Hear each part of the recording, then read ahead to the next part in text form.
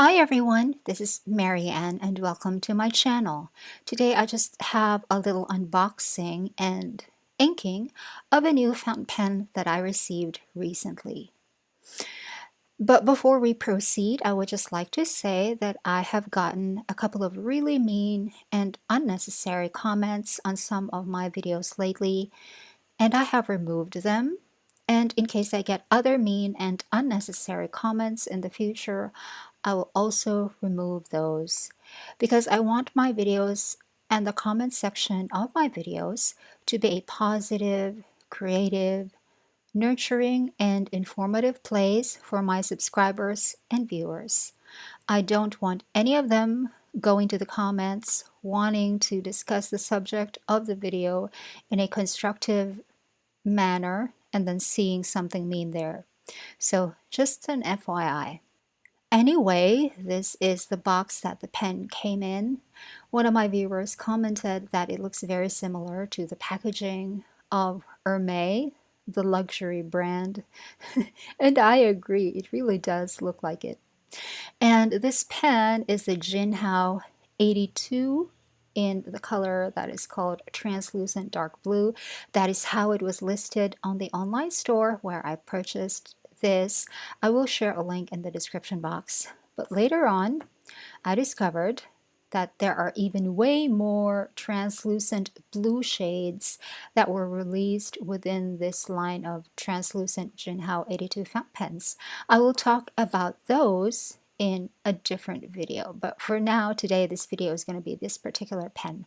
I already have the translucent green and the translucent ginger, and I have unboxed these first two in other videos, which I will also link down below. The green and the ginger have gold clips and gold trim, but the blue has a silver clip and a silver trim. Here is an opaque ice blue Jinhao 82 that I have just to show you a color comparison. Now this translucent dark blue, aside from having a silver clip and a silver trim, also has a silver nib, which is different from the two-tone nib that is on the translucent ginger and the translucent green, as you can see here. All of these nibs are in fine, by the way. They come in extra fine and fine, but I always chose the fine. And when we unscrew the barrels of the pens, we can see that the collar inside that helps keep the converter in place is silver on the translucent dark blue, but gold on the translucent ginger, and also gold on the translucent green. I was actually not given any choice on what trim color and clip color to have on these translucent pens, but I don't mind getting either gold or silver. And I really had no idea what ink to use in this pen, actually. I have been buying Jinhao 82s left and right recently because they are so super cheap and perform quite decently. And I am back to journaling anyway. I have a video in my channel about my return to journaling, so I need to get myself excited about pens and paper and notebooks that I am going to use for journaling. Most of my favorite inks are already in other pens that I am using, so it is now getting to be more and more of a challenge to find what ink to use with newer pens. So I considered the Wearingeul Alice, the Wearingeul Mad Hatter, and the Robert Oster Dusky Pink, which I already know is too light for me, but the color is very pretty. However, I eventually decided to use the Alice, but when I tried writing with it by dipping the nib of the pen in the ink and writing with that, the writing turns out to be very, very light. It is too light for my preference. And if the ink is this light, you can't even see the shimmer. And Alice is a shimmer ink. One thing that I have learned about the Jinhao 82 fountain pens is that the nib wetness is not consistent. They all write decently, they are all reliable, they don't skip or anything like that, and they don't even dry out at all, not from what I have observed, even after I haven't used them for like 3 to 4 days. just because I have so many pens, even though I journal more than once a day. But some of the Jinhao 82s write more wetly than others. And this particular pen right here is somewhat a little dry, which is why it writes a little lighter than what I prefer. So because of that, I decided to use a darker ink. Once more, I consider the Noodler's Shah's Rose, which is very, very pretty, but I am so afraid that it's going to stain. The Mad Hatter is also calling out to me, but I am afraid it might be too light again. However, I do have two new sample vials that I threw into one order of Elias paper because I needed more Elias paper to make notebooks, and I usually throw in two sample ink vials to bump up my total in order to get free shipping. And these were the two sample ink vials that I decided to try out. I went ahead and made the swatch cards for them. And by the way, I have a video on my channel about how I made my disc-bound ink swatch book, and I will link it down below.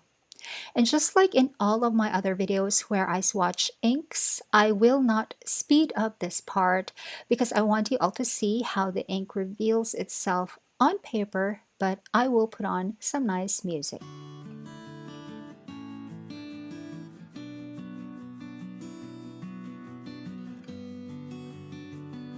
This is Robert Oster Sydney Lavender, which is, by the way, recommended by my good friend Mona.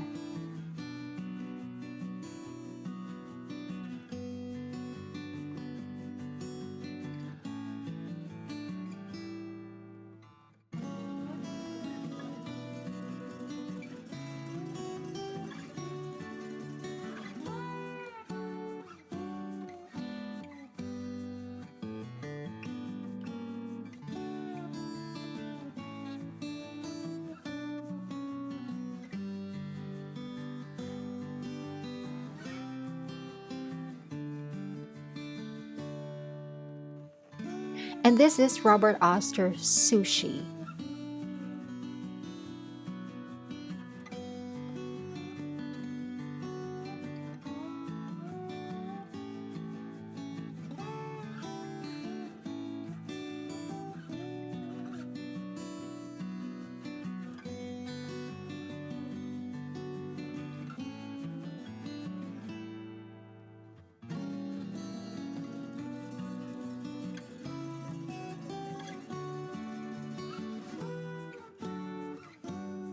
Now, I don't want to use Sushi for this pen that I want to ink.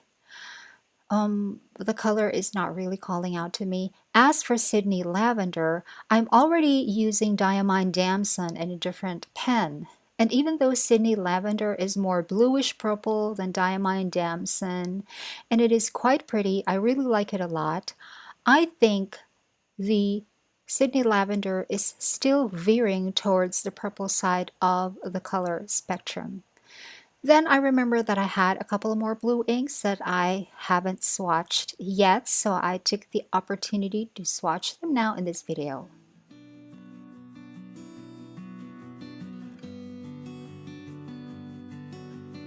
This is Aurora Blue.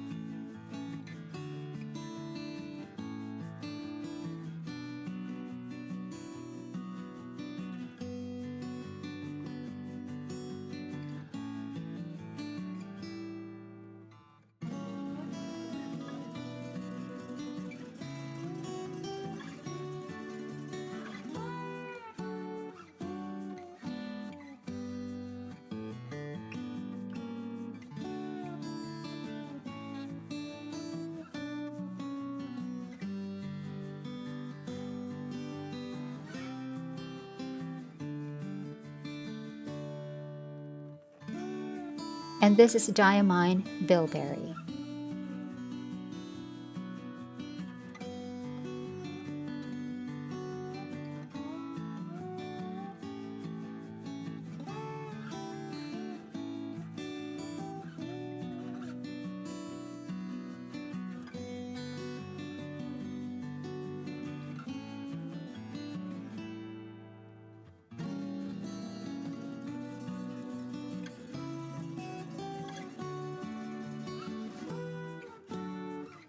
Both of these inks look so pretty and the Bilberry looks so vibrant. And just out of curiosity, I compared these two inks with a bright purple ink that I am already using, which is the Diamine Majestic Purple, and this is how all of the three ink swatches look. The Aurora Blue is calling out to me. I have always liked this ink.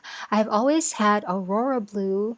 My bottle of Aurora Blue came from one of the branches of National Bookstore in Metro Manila, bought many years ago, decades ago, when we did not have much local sources for fountain pens and inks, and online suppliers of fountain pen items were few and far in between. So this ink gives me good and happy memories. And I like that it's dark. I have not used this ink in a very long time, and I'm glad that now I have an opportunity to use what remaining amount I have of it. Now I just need to log this into my tracking sheets of fountain pens and inks in use. I talked about these tracking sheets in my video about my return to journaling, and I will link that video down below like I said. I actually have more translucent Jinhao 82 fountain pens on the way, and it's getting insane. It's getting embarrassing. I will stop buying the Jinhao 82s soon, but I will still make videos of the new ones I am going to be getting because they're already on their way to me. And that is my little video for each day. I hope you enjoyed. Thanks for watching. Bye.